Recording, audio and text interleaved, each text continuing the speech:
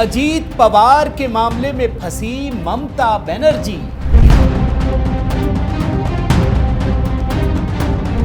क्या इस बार 2021 वाला हथकंडा आएगा काम?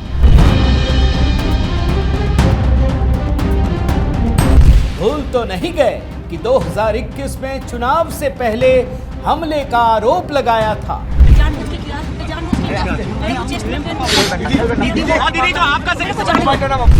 2021 के चुनाव के दौरान कई सारी कहानियां सुनाई थी। 4-5 आदमी ने मेरे को गाड़ी पूरा बंद कर दिया और पूरा चोट हो गया। देखो कितना कहां आपको चोट लगी है दीदी? पूरा फूल गया। अभी जा रहे हैं, अभी बहुत जोर से हो रहा है। मगर भाजपा ने दिखाया वो वीडियो जिसमें बेचारा पैर हिलडुल के कहानी सुना रहा था।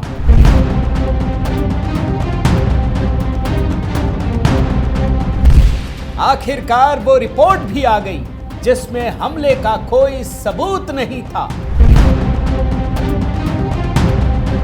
2024 के लोकसभा चुनाव में फिर वही कहानी सामने आई।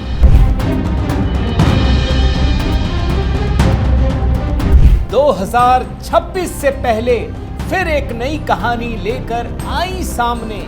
There is no safety and security of the people of this country. Even the political leaders, I do not know what is the fate of the opposition political parties. I need proper investigation under the supervision of Supreme Court. Only we have the trust on Supreme Court, no other agency. All the agencies are being totally purchased. आखिर किस बात का है ममता बनर्जी को डर? साथियों नमस्कार, मैं हरिश्चंद्र बंडवाल इस वीडियो में आप सभी का स्वागत करता हूं। दोस्तों, आज सुबह सुबह एक बहुत ही दुखद खबर सामने आई। महाराष्ट्र के उप मुख्यमंत्री डिप्टी सीएम अजित पवार एक विमान हादसे में मारे गए, उनका निधन हो गया। अब देखिए, पूरा महाराष्ट्र दोस्तों, पूरा देश शोक में डूबा हुआ है। विमान हादसा, आप जानते हैं कि इस तरह की घटनाएं किस तरीके से पूरे देश को झकझोर देती है। महाराष्ट्र का जो पूरा सियासी तापमान है वो बढ़ गया है, लेकिन लोगों के अंदर एक रोष है, एक दुख है। इतनी बड़ी घटना हो गई भाई। अभी तो अजीत पवार ने इतनी मेहनत करके, इतनी मशक्कत करके अपनी पार्टी को खड़ी की थी। लोकसभा चुनाव में हार के बाद विधानसभा चुनाव में भाजपा और शिवसेना के साथ गठबंधन करके इतनी बड़ी जीत हासिल की थी। और इस समय अगर यह हादसा हो जाए दोस्तों, तो समझिए इससे बड़ी विपदा हो नहीं सकती। सबने दुख जताया, लेकिन ममता बनर्जी का बयान दोस्तों वास्तव में चौंकाने वाला था। उन्होंने इसको एक ऐसा एंगल दे दिया जिसके बारे में लोगों के होश उड़ गए। और फिर दोस्तों ये जरूरी हो गया कि उन चीजों की पड़ताल की जाए ताकि पता चले कि आखिर ममता बनर्जी ऐसा क्यों कह रही हैं, ऐसा क्यों कर रही हैं। आज वो सारे कच्चे चिट्ठे दोस्तों आपके सामने रखता हूं। जैसे गांधी परिवार के बारे में आप जानते हैं ना, ये लगातार कहते हैं कि मेरी दादी के साथ ये हो गया, मेरे पिताजी के साथ ये हो गया, इसके साथ ये हो गया। ये कहानियां सुनाते हैं, शहादत की कहानियां सुना सुना करके सिंपैथी वोट गेन करना चाहते हैं। ममता बनर्जी की कहानी अभी मैं आपको दिखाता हूं दोस्तों, आप हैरान हो जाएंगे। ये हो क्या रहा है, किस तरह की घटनाएं सामने आ रही हैं। आज इसी की कहानी आपके सामने रखने जा रहा हूं दोस्तों। मेरा निवेदन है आप जरूर कमेंट कीजिएगा। महाराष्ट्र की कहानी कैसे बंगाल में सियासी तमाशे के रूप में एक शक्ल अख्तियार कर रही है, आज इसी की कहानी आपके सामने रखना चाहता हूं। मेरा निवेदन है दोस्तों, जरूर कमेंट कीजिएगा, जरूर कीजिए। आज अजीत पवार के लिए कमेंट कीजिए, ओम शांति। आज उनको अपनी श्रद्धांजलि दीजिए। पहला कमेंट दोस्तों उनके लिए ओम शांति यही लिखिएगा, क्योंकि उन्होंने वास्तव में एक नया रास्ता चुनने की कोशिश की थी। सबसे पहले दोस्तों मैं खबर से ही शुरू करता हूं ताकि अजीत पवार के मामले की पूरी जानकारी आपको मिल सके। वैसे तो आपने देखा होगा, आज सुबह 8:45 बजे दोस्तों 8:45 पर बारामती एयरपोर्ट पर लैंडिंग के दौरान जो उनका चार्टर्ड प्लेन है वो क्रैश कर गया। वो 66 साल के थे दोस्तों। और ये जो हादसा हुआ ना, इसमें अजीत पवार के साथ साथ उनका सुरक्षाकर्मी, 2 पायलट और एक महिला क्रू मेंबर, 5 लोगों की जान गई है। वो दरअसल वहां पंचायत चुनाव के लिए एक जनसभा को संबोधित करने जा रहे थे। मुंबई से सुबह 8:10 पर वो उड़ान भरते हैं, वो रवाना होते हैं। और जो महाराष्ट्र एविएशन डिपार्टमेंट है उसके मुताबिक पायलट ने सुबह 8:45 बजे बारामती एयरपोर्ट पर लैंडिंग की कोशिश की। उन्हें साफ साफ दिखाई नहीं दे रहा था, फिर दोबारा कोशिश की और उसी समय यह हादसा हो गया। बारामती के रनवे 11 पर दोबारा लैंडिंग की कोशिश में विमान फिसलता है और क्रैश हो जाता है, उसमें आग लग जाती है। मैं सभी लोगों के नाम और वो दिखा देता हूं जो मृतकों की पूरी लिस्ट है। इसमें Ajit Pawar, deputy CM, captain Sumit Kapoor, pilot in command, captain Shambhavi Pathak, सह पायलट विदीप जाधव, उनका PA Pinky Mali, flight attendant. अब जाहिर है महाराष्ट्र की राजनीति के लिए यह किसी भूचाल से कम नहीं है। प्रधानमंत्री समेत जितने दिग्गज हैं सबने श्रद्धांजलि अर्पित की। देवेंद्र फडणवीस बारामती पहुंचे, स्कूलों की छुट्टी की घोषणा कर दी गई है, 3 दिन के राजकीय शोक की घोषणा की गई है। कल उनका अंतिम संस्कार होगा दोस्तों। सारा परिवार पहुंचा हुआ है। भाई शरद पवार से ये अलग हो गए लेकिन पारिवारिक रूप से ये हमेशा जुड़े रहे, कभी अलग नहीं हुए, सियासी तौर पे अलग हुए। ये कहते थे कि भाई शरद पवार जी की, हमारे चाचा जी की उम्र हो गई, अब उनको देना पड़ेगा, वो दे नहीं रहे थे तो हमने अपना एक अलग रास्ता बना लिया है। अब ये हादसे होते हैं दोस्तों तो जांच तो होती ही है, ब्लैक बॉक्स भी होता है, जांच होगी। कोई इनकार नहीं कर सकता कि जांच नहीं होगी, जांच तो होगी। भाई क्यों हो गया, कैसे हो गया, अगर कोई कमी रह गई तो उसे आगे सुधारा जाएगा। और घटनाएं तो अब भी होती रहती हैं दोस्तों, आप हाल के दिनों को ही देख लीजिए आप। लेकिन जैसे ही मामला दोस्तों, मैं आपको पहले उसका एक सीसीटीवी फुटेज भी दिखा देता हूं जो आया है, बहुत दूर कहीं सीसीटीवी लगा होगा, उस फुटेज में ये पूरी की पूरी घटना रिकॉर्ड होती है। लेकिन दोस्तों ये मामला अभी चल ही रहा था, अभी श्रद्धांजलि की बात हो ही रही थी कि मुझे 2 तरह की चीजें दिखाई पड़ती हैं। एक तो तुरंत जो सियासी गिद्ध होते हैं ना, वो लग गए अब क्या होगा, शरद पवार के कमान में चीजें आ जाएंगी, सब उनके कंट्रोल में हो जाएगा, कोई दूसरा तो नहीं आ जाएगा। अब चलिए वहां तक तो मैं मान भी लूं, लेकिन जैसे ही ममता बनर्जी पर बात आती है दोस्तों, वो तुरंत एक साजिश की थ्योरी गढ़ देती है। साजिश है, कुछ ना कुछ तो साजिश है, यहां तो कोई भी सुरक्षित नहीं है। और फिर तुरंत जितने पॉलिटिकल ओपोजिशन है वो पोजीशन में नहीं थे। अरे भाई वो सत्ता में ही थे। डिप्टी सीएम शरद पवार से राजनीतिक रूप से अलग होने के बाद भी शरद पवार से जुड़े रहे, यहां तो सरकार में ही थे। हां ठीक है, अभी लोकल चुनाव में सब एक दूसरे पे आरोप प्रत्यारोप करते हैं, वो तो होता ही है, लेकिन वो तो सरकार का हिस्सा थे, वो डिप्टी सीएम थे। और ममता बनर्जी ने दोस्तों ऐसा संदेह खड़ा किया, बस सारे न्यूज चैनल में साजिश की तरफ इशारा, किसी पे भरोसा नहीं, सुप्रीम कोर्ट की निगरानी में हो जांच। अभी मैं आपको बयान सुनाता हूं, पूरा सुनिएगा, अंग्रेजी में ही है। वो बताती हैं कि भैया एक दुखद घटना हुई, लेकिन ये हो क्या रहा है, इस देश में कोई भी सुरक्षित नहीं है और विपक्षी नेता तो है ही नहीं, इसकी जांच होनी चाहिए। मुझे किसी पे भरोसा नहीं है, सरकार ने सबको खरीद लिया है, सिर्फ सुप्रीम कोर्ट बचा है। हिंदी में आपको बता दिया, पूरा बयान सुनिए, इससे खराब बयान कुछ नहीं हो सकता। जैसे कुंभ में हत्या के बाद ये सारे अखिलेश यादव सारे लोग टूट पड़े थे ना, ये मामला कुछ कुछ वैसा ही दिखता है दोस्तों, जरा देखिए। Of Ajit Pawar, Deputy Chief Minister. He died today morning in a plane crash. I'm really shocked to see the news. There is no safety and security of the people of this country. Even the political leaders, I do not know what is the fate of the opposition political parties, but he was very much with the ruling party. But before few days ago, I came to know that from social network that somebody from other party, they gave a statement that Ajit Pawar is willing to leave the BJP. And now what happened today? I need proper investigation under the supervision of Supreme Court. Only we have the trust on Supreme Court, no other agency. All the agencies are being totally purchased, and really it's a great loss for the country. Maybe he's from the opposition, now he's from the opposition, but tomorrow he's supposed to join the original force of their party. My condolences to the family, Maharashtrian people. हम ममता बनर्जी ने कह दिया दोस्तों, भाई चुनाव है, चुनाव तो 5 राज्यों में है, लेकिन पता चलता कहां है कि चुनाव है बंगाल में ही। क्यों? वहां हिंसा की खबरें आती हैं। स्पेशल इंटेंसिव रिवीजन 12 राज्यों में हो रहा है, कहीं कोई खबर आती है? एक ही जगह से आती है। कहां से?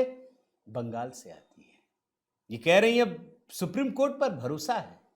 अगर आपको सुप्रीम कोर्ट पे भरोसा होता तो सुप्रीम कोर्ट ने तो बहुत स्ट्रिक्ट डिसीजन दिया है, सख्त फैसला किया है कि सर होना चाहिए वहां पे ढंग से, कोई डरने धमकाने की बात नहीं होनी चाहिए। आती है ना खबरें, इनको भरोसा नहीं है, मैं आपको बता रहा हूं। लेकिन चूंकि तात्कालिक लाभ के लिए एक साजिश की थ्योरी गढ़ते हैं ये लोग। अभी तो अखिलेश यादव बंगाल गए, उन्होंने भी सुर में सुर मिलाया। हाँ कह रही है तो कुछ तो लगता है। क्या जाता है भड़काने में? भड़का दीजिए, कुछ भी नया थ्योरी गढ़ दीजिए, उससे क्या जाता है। इनको तो लगता है कि इनका क्या होगा, कोई थोड़ी पुलिस वाले आके पूछेंगे आपने क्यों कहा, आपको कहां से क्लू मिला। इनको तो लगता है कि हम तो सबसे ऊपर हैं भाई कानून से। अखिलेश यादव भी उसी को हवा दे रहे हैं और न्यूज चैनल वाले उसको चला रहे हैं। ब्रेकिंग न्यूज सुन लीजिए।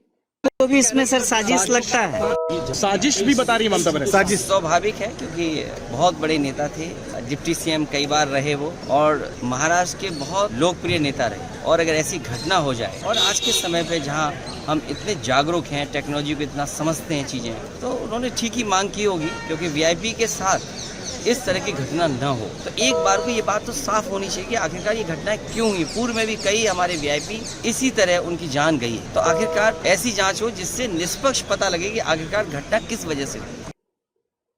अब आपके मन में दोस्तों ये सवाल उठेगा कि ऐसा कह के इनको फायदा क्या होता है, क्यों करते हैं ये ऐसा, ये आपके मन में सवाल उठेगा। मैं आपको भी दिखाता हूं, 2 बार फायदा मिल चुका है इनको, याद रखिए। इस बार इसलिए नहीं मिलेगा, इस बार इसलिए फंस गई हैं क्योंकि अब लोगों के जहन में मैं याद दिला रहा हूं, लोगों के जहन में चीजें एकदम से आ जाएंगी।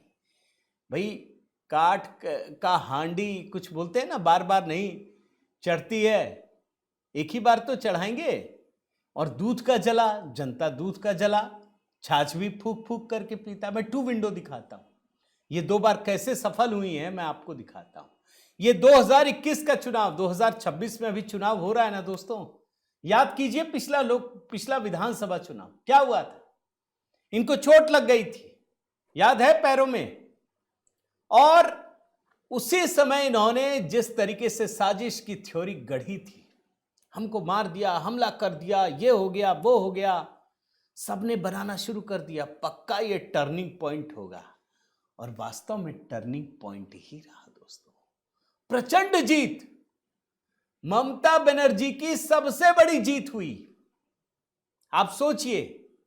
और ये फिर कहा गया खेला होबे, याद है ना, ये कहा गया दोस्तों। पैर में चोट लगी थी, मैंने आपको अभी ट्रेलर में दिखाया। उसी मतलब जो जिस पैर में चोट लगी वो बार बार हिलाती हैं और ऊपर रखती हैं। संबित पात्रा ने ट्वीट किया था, अगर आपको ध्यान नहीं आया तो ट्रेलर रिवाइंड करके देख लीजिएगा, उसमें संबित पात्रा के ट्वीट के साथ मैंने अभी आपको दिखाया। वो पैर हिलाती हैं, एक पैर दूसरे पैर पे रख देती हैं। जीत मिली थी, इन्होंने साजिश की थ्योरी गढ़ी, इनको चोट लगी थी, ये बात सच है, लेकिन इन्होंने कहा कि हमला हो गया और वो चुनाव प्रचंड तरीके से जीत जाती है। मैं उस समय का एक बयान सुनाता हूं आपको, सुन लीजिए, आपको समझ में आ जाएगा। पुलिस कर रहा था, हाँ। कोई पुलिस नहीं था, एक भी पुलिस नहीं था, हाँ। हमारा पुलिस दीदी पाए चोट लगी, 4-5 आदमी ने, हाँ। मैं गाड़ी का इधर में खड़ा होकर पुलिस कर रहा था, हाँ। 4-5 आदमी ने मेरे को गाड़ी पूरा बंद कर दिया, हाँ। और पाँव हमको पूरा चोट हो गया। देखो कितना अब दीदी क्या कलकत्ता वापस जाएंगे? अभी जा रहे हैं, अभी बहुत जोर से अभी जोर पब्लिक बहुत थे, पब्लिक का बात नहीं है, 4-5 जान बूझ के किया। साजिश है किसी की? लोकल पुलिस कोई नहीं था, लोकल पुलिस से कोई नहीं था। एसपी भी नहीं था, लोकल पुलिस कोई नहीं था। हाँ एक ना पूरा दिन दीदी किसी ने जानबूझकर किया ये? शिकायत करेंगे चुनाव आयोग में दीदी। हाँ, जानबूझ के किया। हाँ तो जानबूझ के किया। मेरे को चेस्ट में पेन और दीदी जो आपका मेरे को कोलकाता जाना।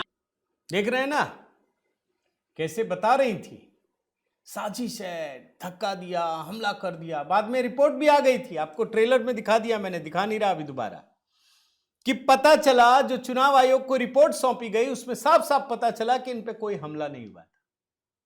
ये स्वाभाविक रूप से मतलब एक घटना थी, दुर्घटना थी। अच्छा मान लीजिए पुलिस वाले इनको मदद नहीं कर रहे हैं। याद है 2021 का विधानसभा चुनाव, जैसे ही नतीजे आए थे किस तरीके से भारतीय जनता पार्टी के कार्यकर्ताओं पर हमला हुआ था, याद है आपको? जिन लोगों ने भाजपा को सपोर्ट किया उन पर हमला हुआ।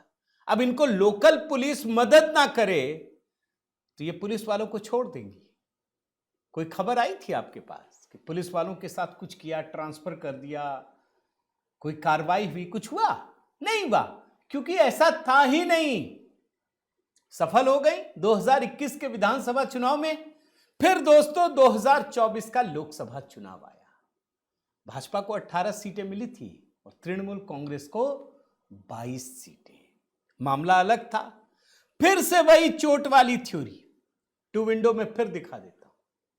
फिर से वही, कभी सिर फूटा, कभी टूटा पैर, कमर से लेकर घुटने तक कब कब लगी चोट, उस समय की रिपोर्ट दिखा रहा हूं। और तृणमूल कांग्रेस फिर बड़ी जीत हासिल करती।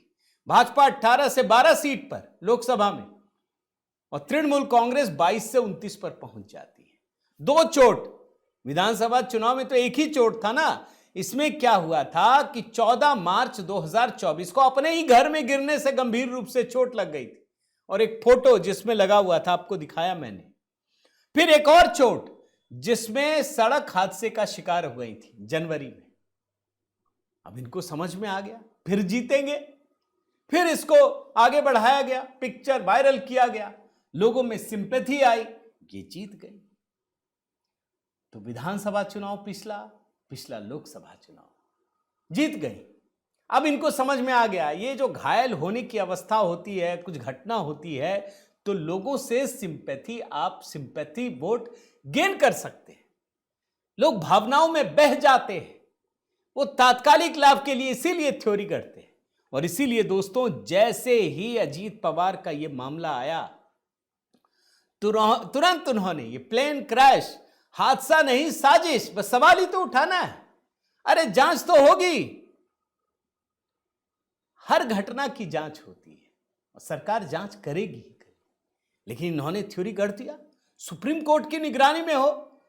मैंने कहा ना सुप्रीम कोर्ट ने इतने आदेश दिए, क्या वो लागू हो पा रहा है बंगाल में? जरा बताइए ना। जानते हैं इस बार साजिश क्यों बता रही हैं? इस बार मामला अलग है दोस्तों। इनको इस बार भाजपा से ज्यादा डर नहीं है, इनको इस बार मुस्लिम वोट्स खोने का डर है। इस बार जो भाजपा जहां है वहां तो है ही, भाजपा को तो बस 2-4% बढ़ाने हैं, काम बन जाएगा। लेकिन ममता को 10-15% से ज्यादा खोने का डर है दोस्तों। याद कीजिए अभी तक मुसलमान वोटर जो पश्चिम बंगाल में बड़े डिसाइसिव हो गए ममता बनर्जी के लिए, इन्होंने भी उसको बिल्कुल ग्रांटेड ले लिया। इस बार वहां पर जितने मुसलमान बड़े बड़े नेता हैं, जैसे Naushad Siddiqui, Indian secular front जो फुरफुरा शरीफ वाले हैं वो, और इस बार एक हुमायूं कबीर जनता उन्नयन पार्टी, इन दोनों ने हाथ मिलाने की पहल शुरू कर दी है। तीसरा ओवैसी साहब। अब ये सारे के सारे लोग एक मंच पर आ रहे हैं, ये कह रहे हैं कि मुसलमान उनको वोट क्यों दे। और दूसरा दोनों पैटर्न देखिए, बिहार में अब मुसलमान कांग्रेस और उसके साथ नहीं है, तेजस्वी यादव के साथ, वो ओवैसी जी के साथ चला गया। इधर महाराष्ट्र चले आइए, वहां पर सारे अधिकतर मुसलमान वोटर ओवैसी के साथ चले गए, या नई नवेली पार्टी जो मुसलमानों की कोई बनी है वहां चले गए। इनको डर लग रहा है, अब ये जाएंगे। इसीलिए मंदिर मंदिर टेंपल रन का खेल चल रहा है। और यहीं पर आकर के दोस्तों ममता बनर्जी को असली डर सता रहा है। और मजे की बात आपको बताऊं, ये जो फुरफुरा शरीफ वाले नौशाद सिद्दीकी हैं, जनता उन्नयन पार्टी के हुमायूं कबीर, इन्होंने अब कांग्रेस को भी बोला है तुम मेरे साथ हो जाओ। यानी मान लीजिए ये सारे 3 मुसलमान नेताओं की पार्टियां और कांग्रेस आपस में मिल जाए, ममता बनर्जी कहां रहेंगी? सोचिए, साफ हो जाएंगी। ममता बनर्जी की पार्टी से अधिक सीटें कांग्रेस को मिलेंगी, आप देख लीजिएगा।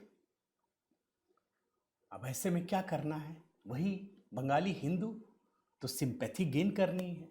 उन्होंने नई थ्योरी कर दी है दोस्तों। और उन्होंने जैसे ही कहा, मैं देख रहा था बंगाल में कई जो इन्फ्लुएंसर हैं उन लोगों ने भी बनाना शुरू कर दिया नई नई कहानियां, ट्वीट पे ट्वीट कर रहे हैं, उसी साजिश की थ्योरी को हवा दे रहे हैं। लेकिन दोस्तों मैं कह रहा हूं ना, इस बार नहीं चलने वाला, वो थ्योरी नहीं चलेंगी। मैंने आपको 2021-2024 का दिखा दिया। अब ममता बनर्जी के जो पुरानी कहानियां वो सामने आ रही हैं, लोग जान रहे हैं। भाई कांग्रेस के समय में भी बहुत सारे नेताओं की इस तरीके से मिस्टीरियस तरीके से या हादसे में हत्या हुई है दोस्तों, निधन हुआ है उनका, हत्या नहीं निधन हुआ है। तो इस बार मामला अलग है दोस्तों।